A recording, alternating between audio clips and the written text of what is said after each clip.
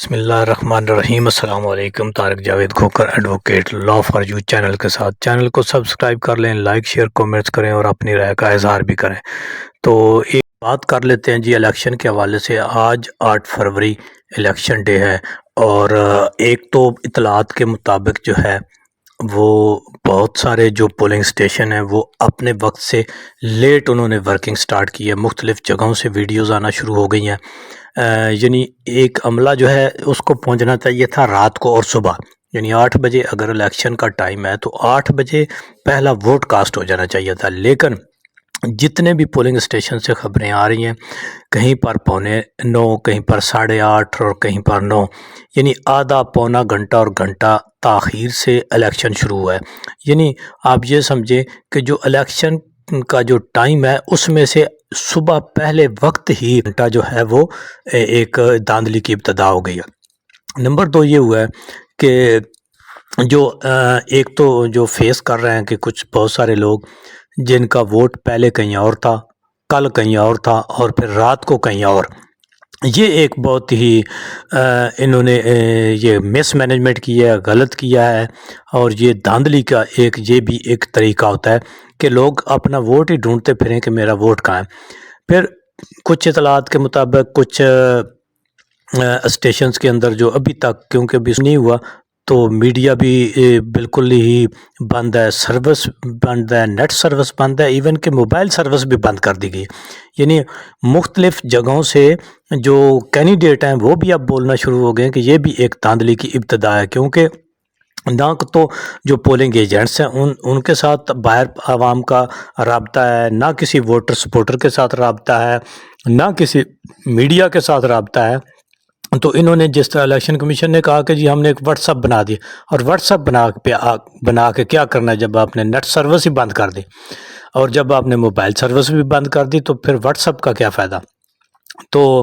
B T I کے جو camp ہیں، جس طرح سے پہلے سے پریڈکشن تھی کہ نہیں لگنے دیے جائیں گے، بہت کم جگہوں پہ پی ٹی آئی نے جو ہے وہ کیمپ لگائے ہیں، بلکہ نہ ہونے کے برابر ہیں۔ لیکن ووٹر سپورٹر جس طرح پری پلاننگ تھی، وہ اب نون لیگ کی جو ہیں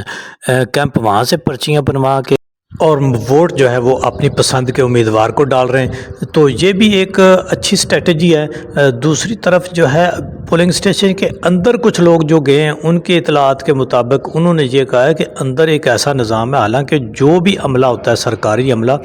وہ ووٹر کو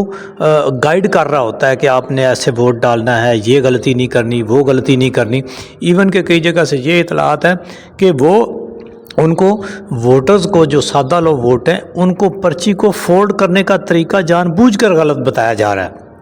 تاکہ ان کا جو ہے وہ سٹیمپ جو ہے وہ 2 جگہ پہ اس طرح سے لگ جائے کہ وہ ووٹ کینسل ہو سکے۔ ایک تو